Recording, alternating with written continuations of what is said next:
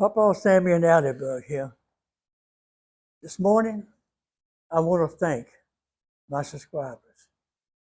In the last 3 or 4 weeks, I've got like 1,200 to 1,500 subscribers. And I was asked by one of them to kind of give a brief outline of what I am, who I am, and where I came from. So, why not? All right. I was born in 1941, rural Mississippi. And when I say rural, I meant rural. We were sharecroppers. There was about 6 families, in little row houses right side by side. It was mixed, blacks and whites. We'd eat dinner with the blacks, they'd eat dinner with us. So I was raised to understand that a man is a man, or a woman is a woman, until they prove otherwise. Okay, that's how I was brought up. All right, we sharecropped. I was 7 years old. In 1947, a hurricane hit Biloxi, totally destroyed it. You don't ask me what the name of the hurricane was. They were numbers back then, not names. It took the roof off the house, laid a massive oak tree down across the end of the house. The house was knocked off the blocks onto the ground. The roof was gone. There was 8 of us sitting on a bed in a little 2-room house. Okay? Water was up on the bed with us. Daddy said, boys, if we live through this, we out of here. Well, we lived through it.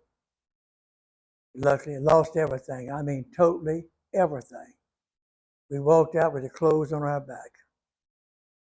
The Harrison County Sheriff Department, Mississippi, called Hammond, Louisiana Sheriff Department. And this is back in 1947, people.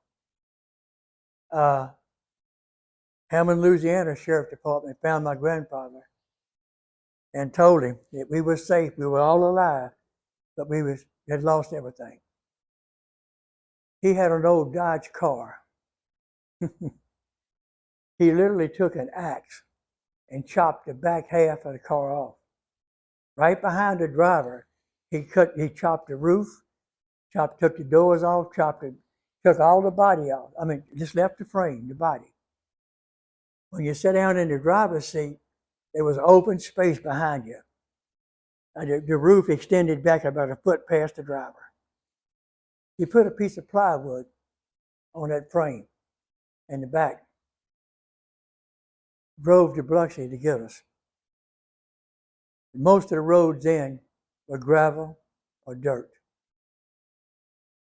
You was looking at about a 6-hour drive if it wasn't raining. He got us, counting him, there was 9. The rest of us piled up on that little piece of plywood in the back and come to Louisiana. And as we was leaving Mississippi, I told Daddy, I said, Pop, I'll never cut firewood again, and I'll never eat chicken again. Now, my parents were uneducated. Mama had like a 2nd grade education. Grandpa and Daddy could barely write their name. If they did, you couldn't read it. And he said, son, don't never say never. The good Lord rules the future.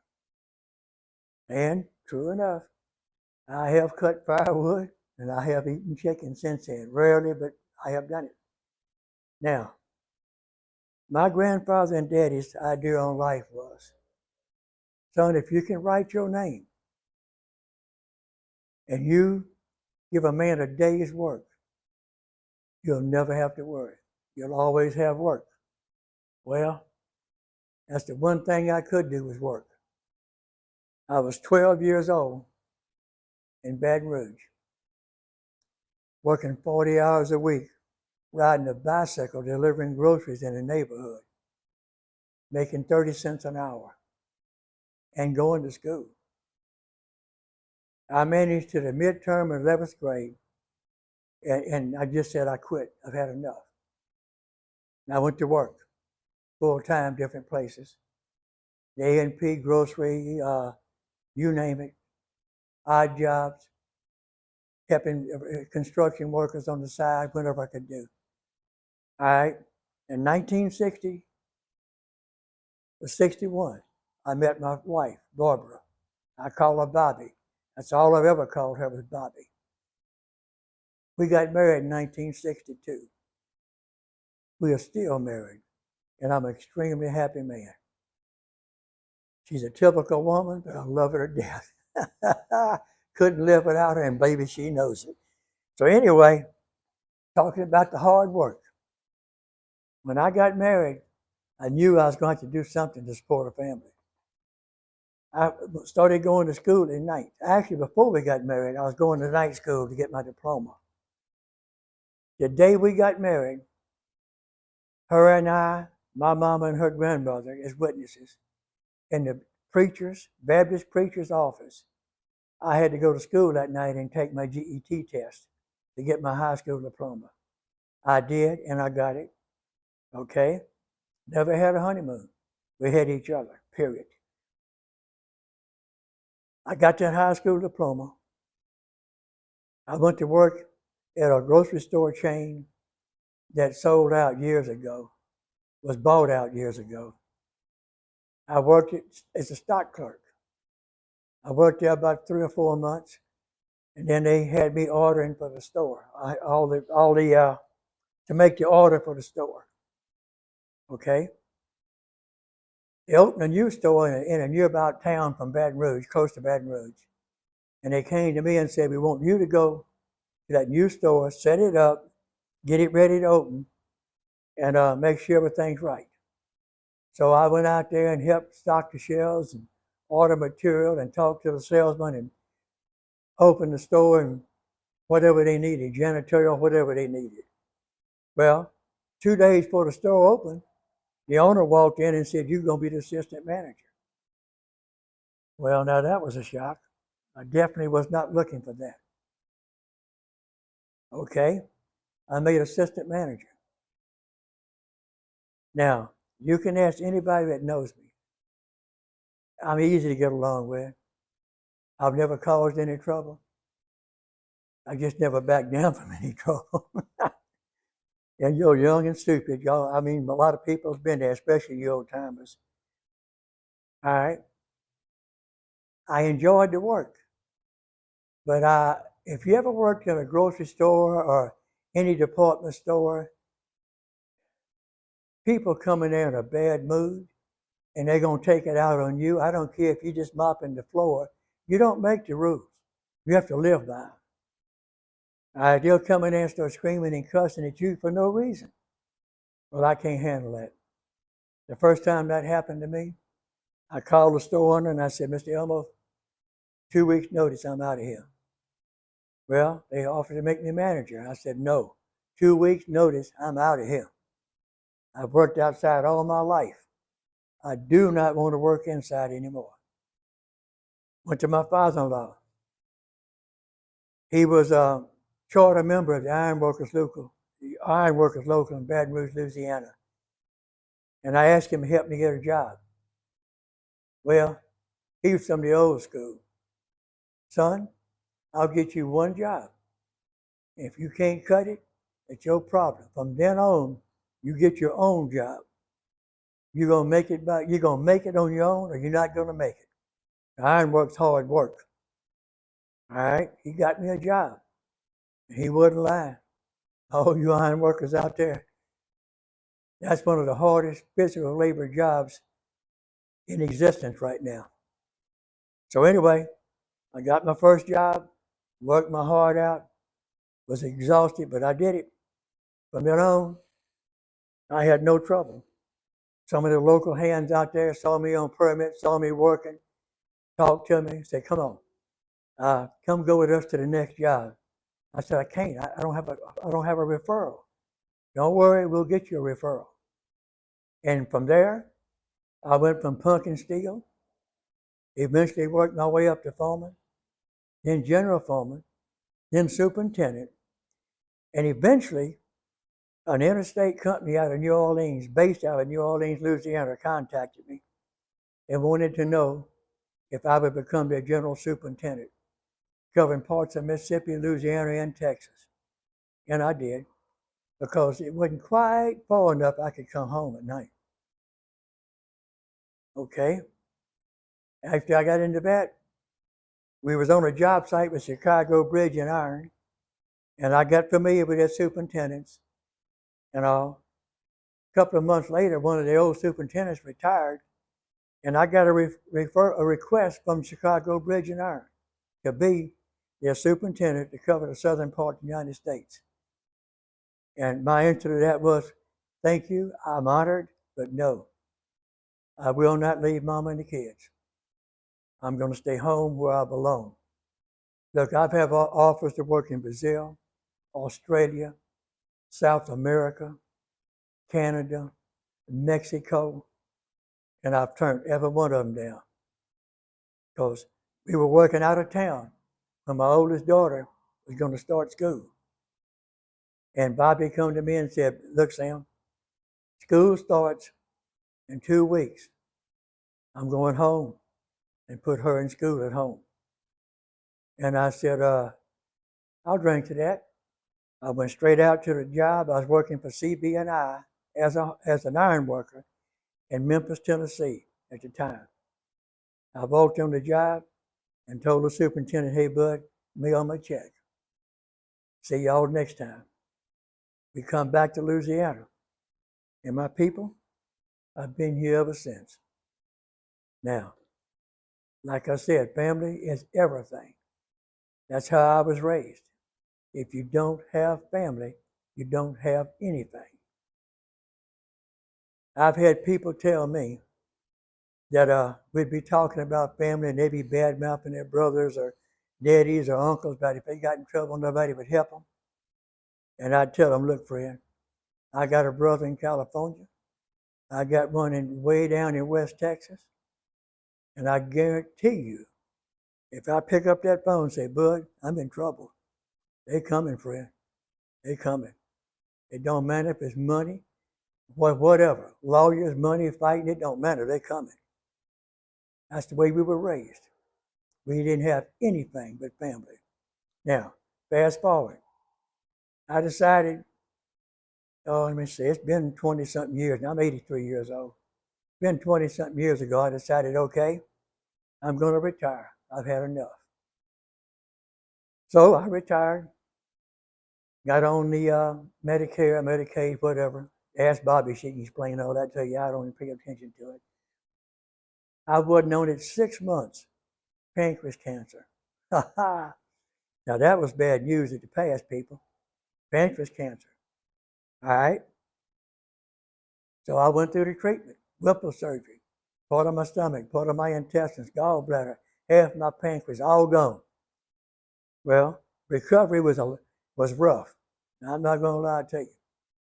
The only thing that kept me going was I have worked like a dog all my life, and I have a wife that can be sweet as candied jalapenos and be meaner than a junkyard dog when it calls for it. And every time I start pitying myself, she would cut me the sweetest smile you ever saw and say, shut up and get up.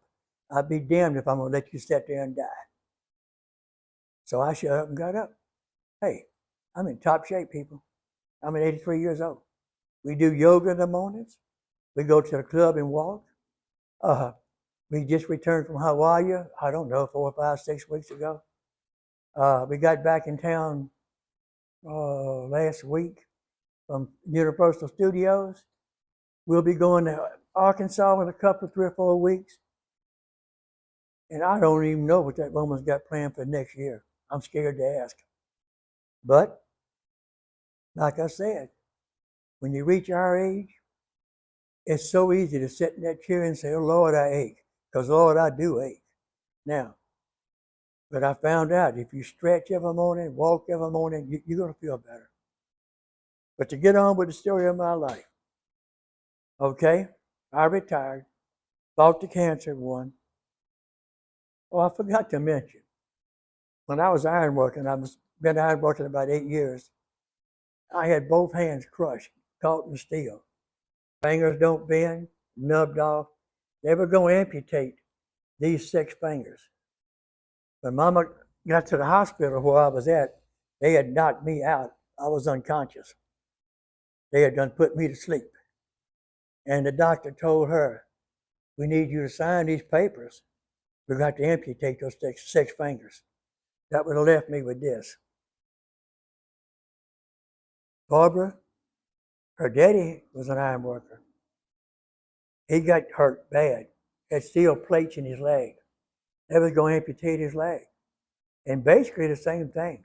Her mama said, "No, you talk to him. He makes that decision." Well, he got out the hospital, went through rehabilitation, went right on back to iron working on that leg that they were going to amputate. So, long story short, they didn't amputate my fingers. They took and molded them in a steel little sprints. Actually, they told her to bring his favorite casting rod. We'll mold his fingers around it because they're never going to move. Well, people, I got them. They don't all bend, and they're sore and stiff. If you see how they're all crooked and bent, but I got them. So anyway, I got bored, so I started messing with earthworms, permaculture, fiddling with that. Then I started selling the permaculture, selling the worms, selling worm farms, not needing the money, just something to do. So that little bit of money gave me play money, I call it, play money. So what I did was, with the play money, I bought some beehives. I bought some bees. I built my own beehives. They're a little rough. I got videos on it, but they work. Anyway, I got my beehives going. Started off people in the neighborhood wanting honey. And then I got to selling so much I couldn't keep it. The other day I had to go to Sam's grocery store and buy me some honey. I sold everything I had. They were loyal customers. And they wanted it, and I let them have it. Got that taken care of. And my granddaughter come to me. Now she was in college, going to save the world.